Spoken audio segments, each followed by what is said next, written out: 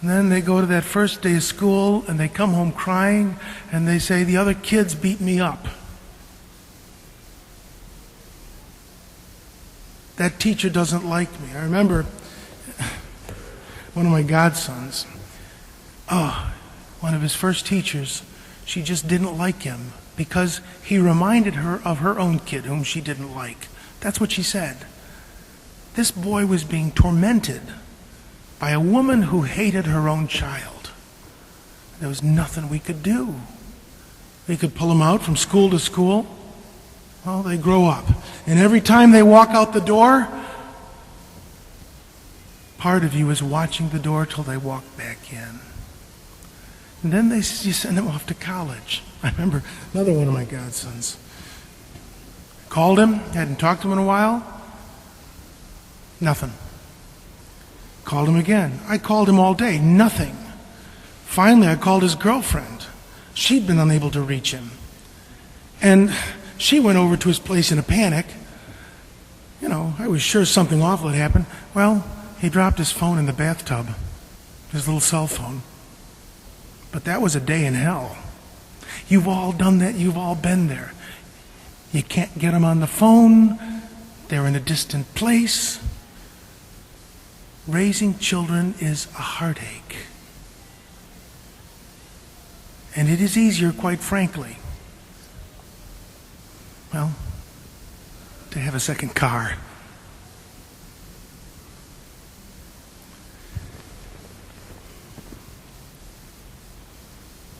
Paul VI was a prophet.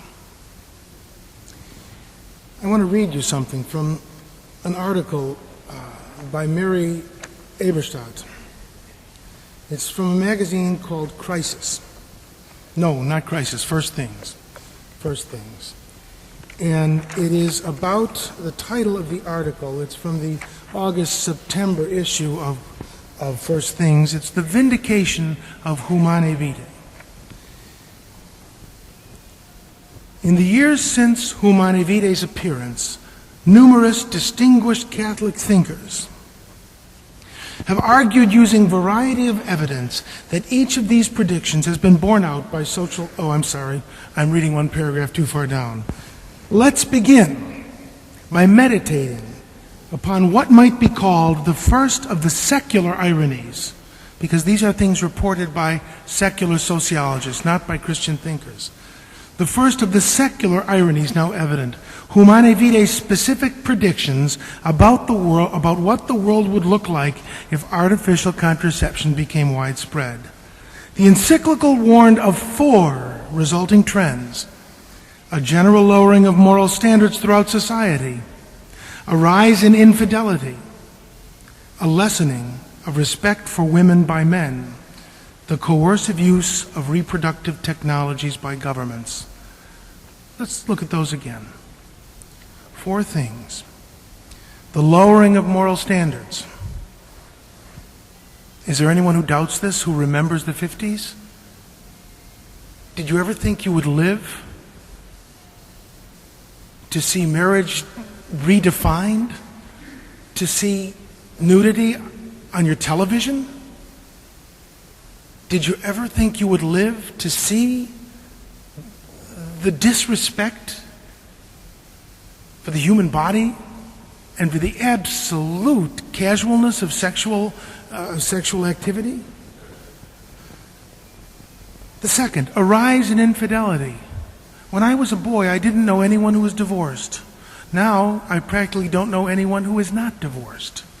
And do you know anyone who before marriage lives apart from the person they're going to marry?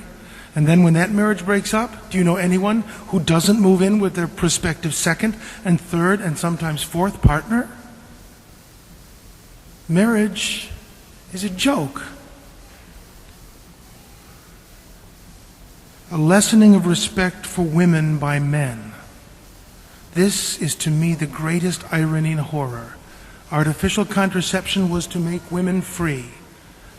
And now women are anything but free. Women are judged by success that is a joke. If a woman decides she wants to stay home and raise her children, what do people say? Oh, you're just a mother? Just a mother?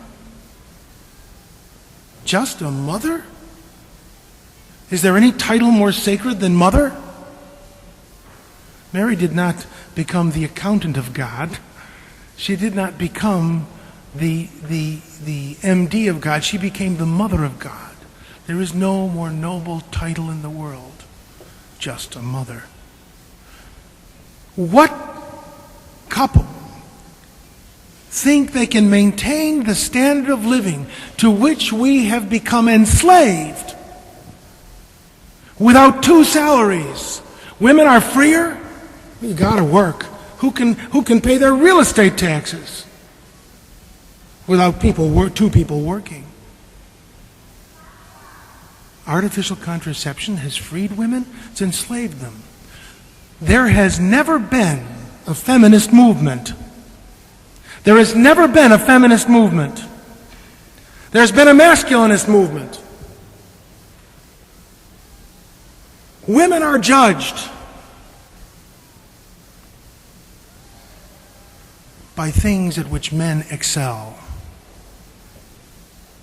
You're no one if you're not a lawyer or a doctor or a professional. Those things which men do, those were important. What women did is unimportant. To maintain a home, to raise children, to be a mother, those things aren't important. No, what men do is important. There's never been a feminist movement. There's been a masculinist movement. Men have learned none of the virtues of women over the past 40 years, and women have learned all the vices of men.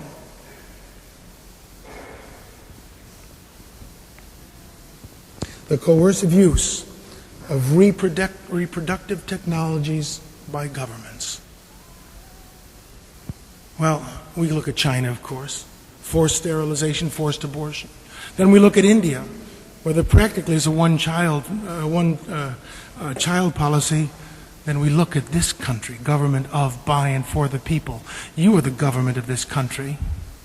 The social pressure on women to limit children is phenomenal. In this country, it is coercive.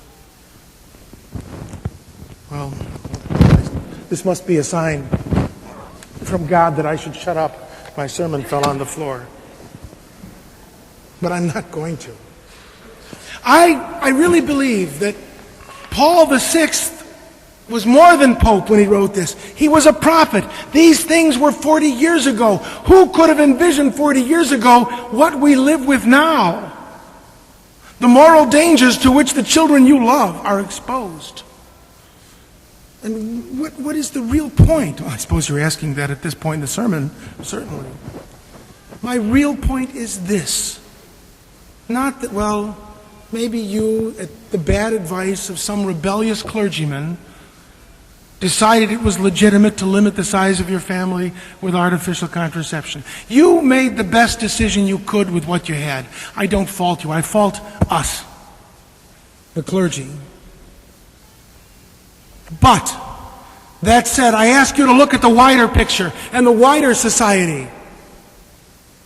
To look at what has happened to woman, to look at what has happened to marriage, to family. And to question what the real meaning is. Now, I love this country, and I love her Constitution. But I do not love what she has become and what she continues to be.